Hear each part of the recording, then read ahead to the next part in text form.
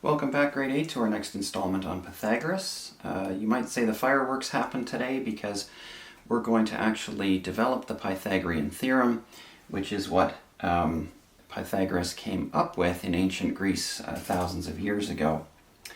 To do this, we need to designate a few definitions. First of all, notice that what we're dealing with here always is right triangles. Each of these has a right angle in it, and the Pythagorean theorem only ever applies to right triangles. The other thing we need to notice is that there's something you can count on each time in a right triangle. That is that two of the edges of the triangle will form your right angle. The third edge, which does not form the angle, is always longer than the other two. You can see that in this one as well. These two edges form our right triangle. The third edge that does not form the right angle is the longest side. This longest side of a triangle is given the name hypotenuse. That is a Greek word because, of course, this was developed by the Greek individual Pythagoras. So that long line is called hypotenuse. When we deal with the long line in our calculations, rather than having to write that out each time, it often gets the designation C. And so in this triangle, this line would be C. The other two get designated typically as A or B. The textbook often refers to them as the legs of the right triangle. And it doesn't matter which one we call A and which one we call B, as long as through our calculations they remain the same. And so I'll simply call this one A and this one B. And now our job is to figure out the relationship between A, B, and C. It's a consistent one, it's always there in a right triangle, and it allows us to take two sides of a right triangle and use them to figure out the length of the third side. The key, very similar to what we have done with diagonal lines so far on a grid, the key to doing this is to know the squares on each of these edges. Once we know the squares, we can use that to find the edge lengths. So let's begin with the easy ones. This one, for instance, on B, is an easy square to figure out. If we just complete it like this, I think you will pretty quickly see the area of this square. So 3 times 3, the area of the square is 9 units squared. So we're going to fill in a chart down here at the bottom for each of these triangles, and we're going to look for patterns and relationships as we do so.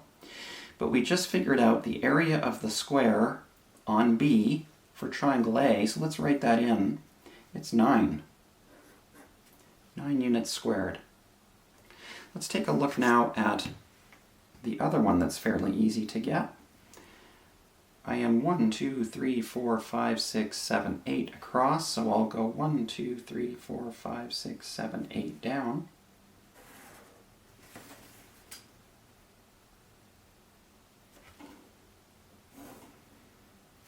And many of you are already calculating the area of this square in your heads, or have it already. If the side length is 8 and the other side is 8, then the area would be 8 squared. And so the area on A, in right triangle A, is 64 for 8 squared. Now, that leaves us with having to come up with the square on our hypotenuse. This is the one that's most tricky, but fortunately we've had a fair bit of practice with this already. So I'm going here across 8 and up 3, so I'll go up 8 and across 3. 1, 2, 3, 4, 5, 6, 7, 8. 1, 2, 3. So that's one of my other vertices. 1, 2, 3, 4, 5, 6, 7, 8. 1, 2, 3. There's the other vertex. So let's complete the square.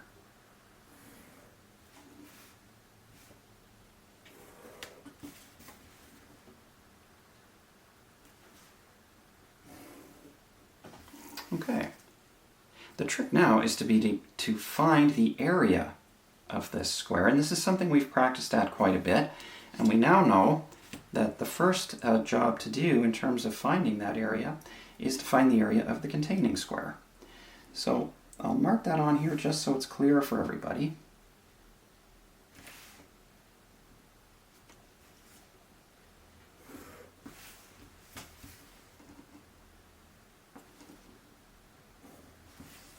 Alright, and once again, the job before us is to know the area of this containing square. That's the big square here. Then to figure out the areas of each of these right triangles and subtract that from the area of the containing square. Well, our containing square is 1, 2, 3, 4, 5, 6, 7, 8, 9, 10, 11 across. And so the area of the containing square will be that side length squared. So 11 squared, which is 11 times 11, and that's 121 units squared for the area of the large containing square. Now, how about the area of each triangle, each right triangle outside here, or just inside the containing square? Well, we know that to find the area of the triangle, we do base times height divided by 2. And the base is 8, the height is 3. And so that's 24 divided by 2, and I have 12 units squared. That's one triangle. If I multiply that by 4, I get all the triangles. And so the area of all my right triangles together is the area of one triangle times 4, which is 12 times 4, which is 48 units squared. So I can now find the area of the square on the hypotenuse by taking the area of the containing square, subtracting the area of all my triangles. So that would be the 121 minus the 48. And that is going to be 73 units squared. So I can now write that in here. Okay. We're going to do the same thing for this one. We're going to simplify and speed up the process a little bit. You can well imagine that for right triangle B, the area of the square on this side, we could draw it out here, but I think we know it's going to be the length of this side times itself. So that's 1, 2, 3, 4, 5, 6, which squared is 36. So the area of the square on right triangle B is 36 units squared. And for B, again, we could draw the square out, but I think we can see it's going to be this length of 4 times itself, which gives us 16. So that now just leaves us the work of doing the square on the hypotenuse, on C. And if I look here, I'm coming over by 1, 2, 3, 4, and I'm going up by 1, 2, 3, 4, 5, 6. So I will now come over by 6 and go down by 4. 1, 2, 3, 4, 5, 6. 1, 2, 3, 4. That's one vertex. 1, 2, 3, 4, 5, 6. 1, 2, 3, 4. There's my other vertex. And so let's complete that square.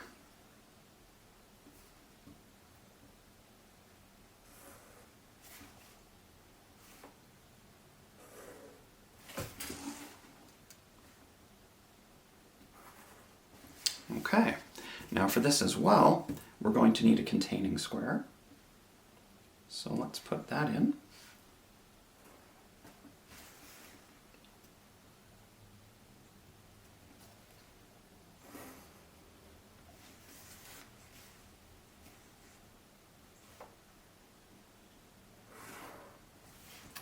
All right, and I'm going to go through these calculations a bit more quickly to keep things moving along.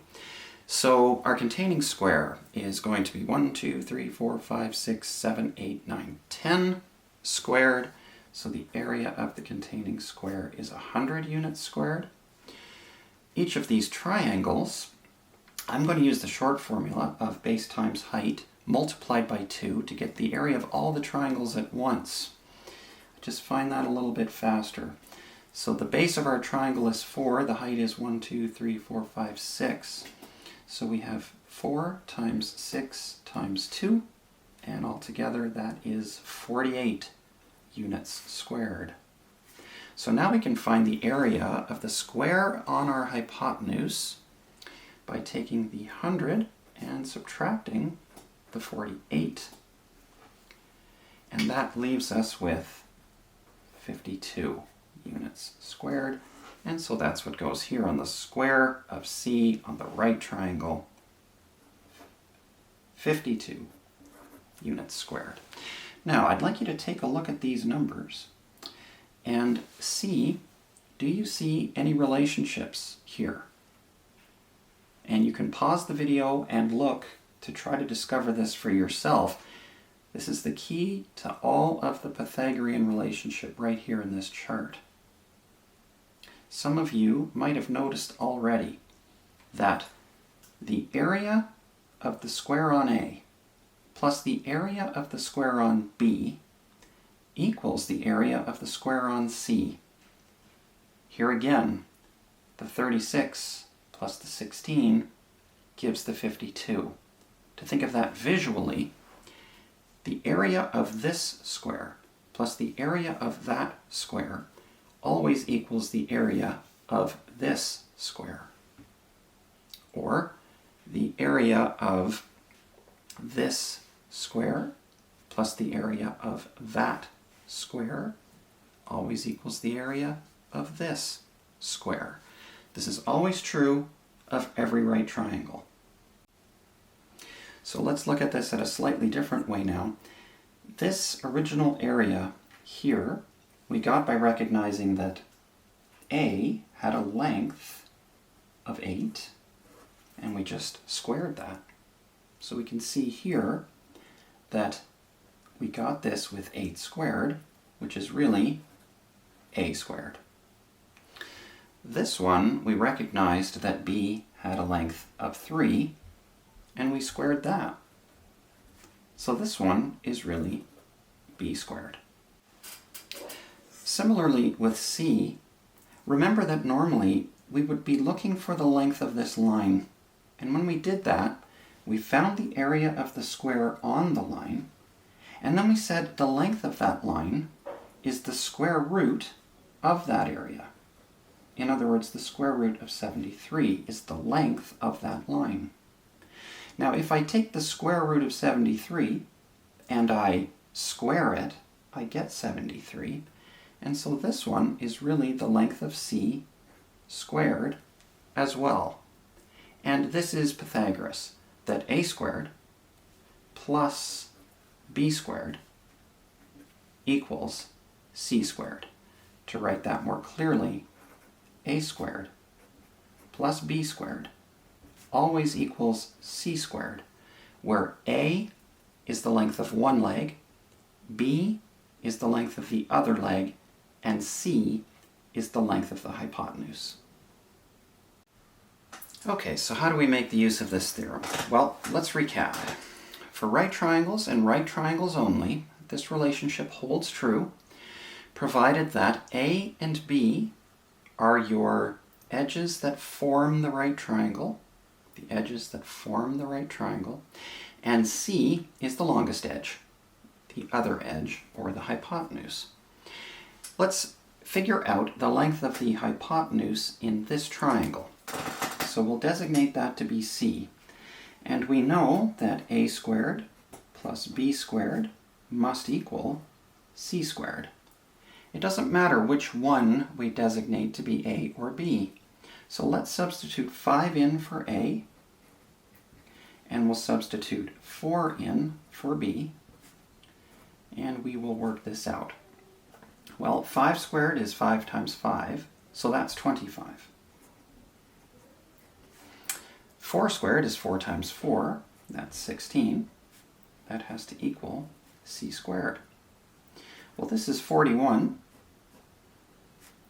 So now we know this, that 41 is C squared, or 41 is the area of the square on C. Once we know that, how do we find the side length of that square? That's correct.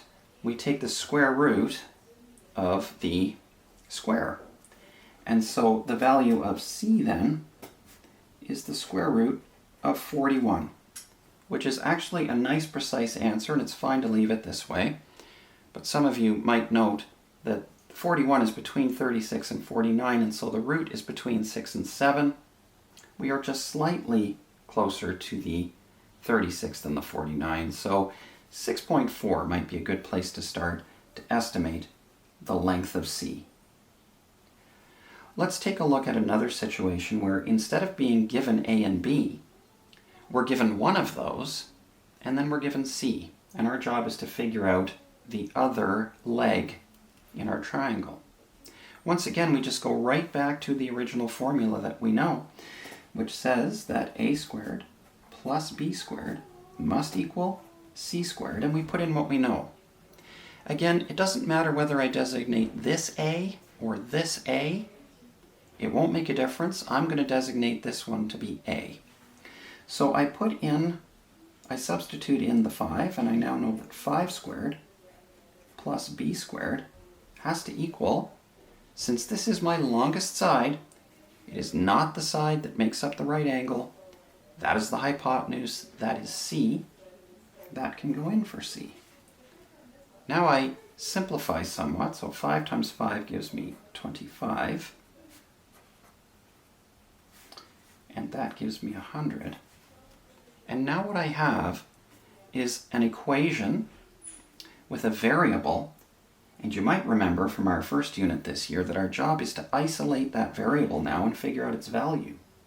To do that, we're in that world of reverse BEDMAS and reverse operations.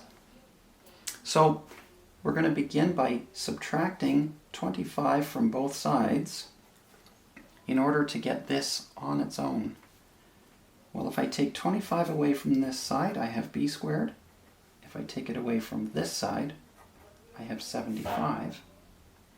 So now I know the area of the square on b.